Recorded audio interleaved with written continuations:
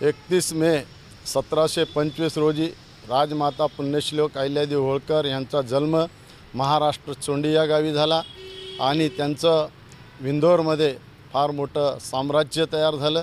कमी वयामध्ये त्यांचे पती खंडेराव हे स्वर्गवास झाल्यानंतरही त्यांनी न डगमगता ह्या पूर्ण प्रजेची सत्ता आपल्या हातात घेऊन त्यावेळेस स्त्री सती जाण्याची प्रथा होती। राजमाता पुण्यश्लोक अहिल्यादेवी होळकर यांनी सती न जाता स्त्रियांना एक असं सक्षमीकरण दाखवून राज्य कसं करावं हे त्यांच्याकडून एक स्त्री यांच्याकडून शिकावं असं त्यांनी दाखवलं। त्यांनी रामेश्वर त्याच्यानंतर उज्जैन विविध जेवढे 12 ज्योतिर्लिंगाचे मंदिर आहेत त्यांचा देखील जीर्णोद्धार केला। फक्त त्यांनी तेवढंच केलं नाही तर मोठमोठे घाट आणि रस्ते आणि ज्यावेळेस प्रजांना काही अडचणी यायच्या त्यावेळेस ते रोज प्रजेची एक मोठी सभा भरवायचे आणि प्रजेची देखील त्यावेळेस त्यांनी प्रश्नाचं पूर्ण त्याच ठिकाणी मार्गी लावायचं।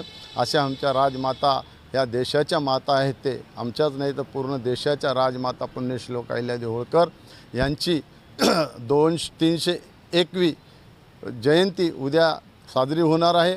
त्यानिमित्त आम्ही चैतन्यनगर येथून आपलं चैतन्यनगर महादेव मंदिर येथून आमची शोभायात्रा निघणार आहे संध्याकाळी 5 वाजता।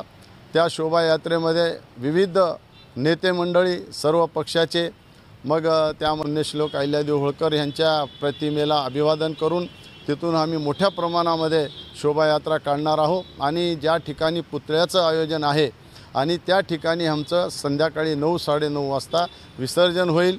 त्यामध्ये आमचे वेगवेगळ्या वेशामध्ये आमचे काही लोक त्या ठिकाणी नृत्य करतील आणि पूर्ण आमची जी शोभायात्रा अतिशय शांततेमध्ये अहिल्यादेवी होळकरांनी जे आम्हाला मंत्र दिला आहे त्या मंत्राचेच आम्ही सगळे विचार घेऊन त्या ठिकाणी आम्ही शोभायात्रा साजरी करण्याचा मोठ्या प्रमाणामध्ये नांदेड जिल्ह्याचा शहरामध्ये प्रयत्न होणार आहे असं मला वाटतं।